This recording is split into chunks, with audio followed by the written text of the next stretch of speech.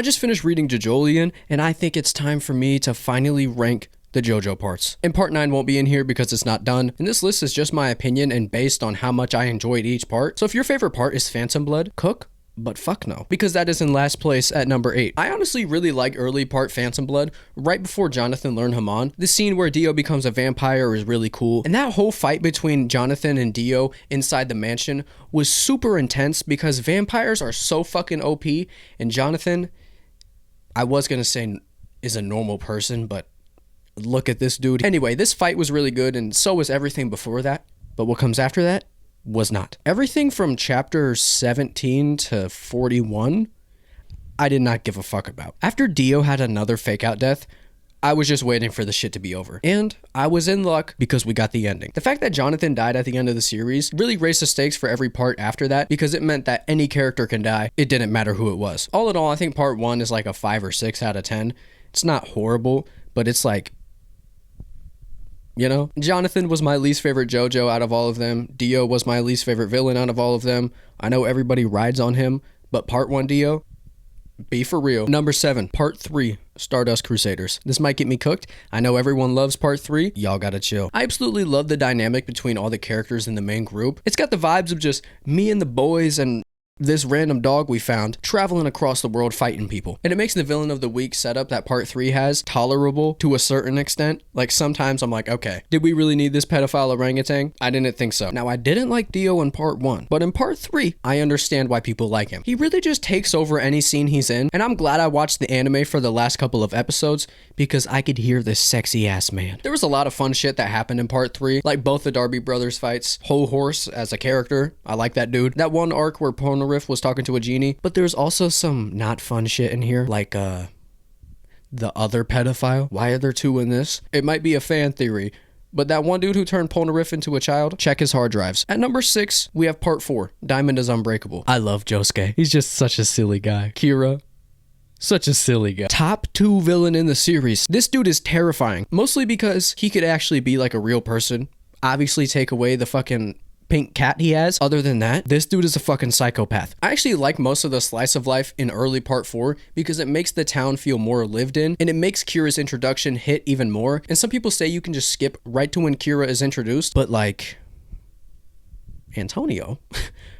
You're gonna miss Antonio. What are you talking about? Number 5, part 6, Stone Ocean. Poochie is my favorite villain in the series. The more we learned about him through the part, the more I liked him. His backstory was crazy. The relationship between him and Dio, you know, they were roommates or whatever, made me like Dio way more than I did before. It actually made him seem less insane, even though he kind of was insane, but it actually gave him motivation instead of being just like a super power hungry person. Even though you did see sprinkles of that in part 3, but it really gets fleshed out in part 6 through these flashbacks. Jolene, a great protagonist, one of my favorite characters in the series. She has great character development throughout the part, and she is drippy as hell. Now, I originally had this at number 3, now it's down at 5, mostly because I was just thinking back about Stone Ocean. It was kind of inconsistent because we would have some bangers like Made in Heaven, Heavy Weather, Jailhouse Lock. I don't know if people like that, but I really like Jailhouse Lock. But then we get shit like Yo-Yo Ma and like the whole Punishment Ward, and the rest of the arcs are just okay to good. So that's what kind of brings down part 6 for me. Number 4, part 2, Battle Tendency. I had a hard time choosing between this, Stone Ocean, and Diamond is Unbreakable. What made this go over all of them? It's just straight up gas for like 60 chapters. I love Joseph. You love Joseph. Everybody loves Joseph. He's in most people's top 3 Joe stars, including mine. The Pillar Men are kind of cool. AC/DC and Cars are like okay, but Wham or Wamu, I'm gonna say Wham because, you know, George Michael and what the fuck's his name? Hold on. Andrew Ridgeley. It doesn't really matter what you say. Shout out him because he was so goated and like kind of underrated in the grand scheme of things. My dude is honorable. He let Caesar get that bubble off that had the antidote inside of it. He saw it and was like, you know what? I respect you, Caesar. You are goated. I'm gonna let you get this one off. And my respect went through the roof for him. Number 3, part 5, Golden Wind. We got boys fighting the mafia. What else could you ask for? This is the part where Araki fully dives into the twinkification of all his characters, and I love it. And everybody was so dripped out this part, except Fugo. What the fuck was that? And we get the GOAT, Bruno. He is so good that people wish that he was the main character of the part. I agree with you, but like, let's chill out on Giorno, okay? Why does he get shitted on so much? Leave bro alone. Number 2, Part 8 Jojolian. If we gave this part another 10 chapters, we are talking about peak fiction, because we could have had a chance to flesh out some more characters. I feel like Toru really just got introduced last minute and didn't get to develop that much. There was this whole part about Toru being in Yasuho's past and it doesn't really get brought up or anything. That one panel of him near the playground and she was right there is fucking terrifying, and we don't get anything about it. So I wish we just had more chances to dive into more characters. And I feel like these extra chapters would at least allow some of these deaths that happen to hit more. Like Kira's sister, I forgot her name, she gets introduced in the beginning of the story, written out completely, and then the last couple chapters written right back in and immediately dies. What the fuck was that? And also, oh my god, Jobin. No.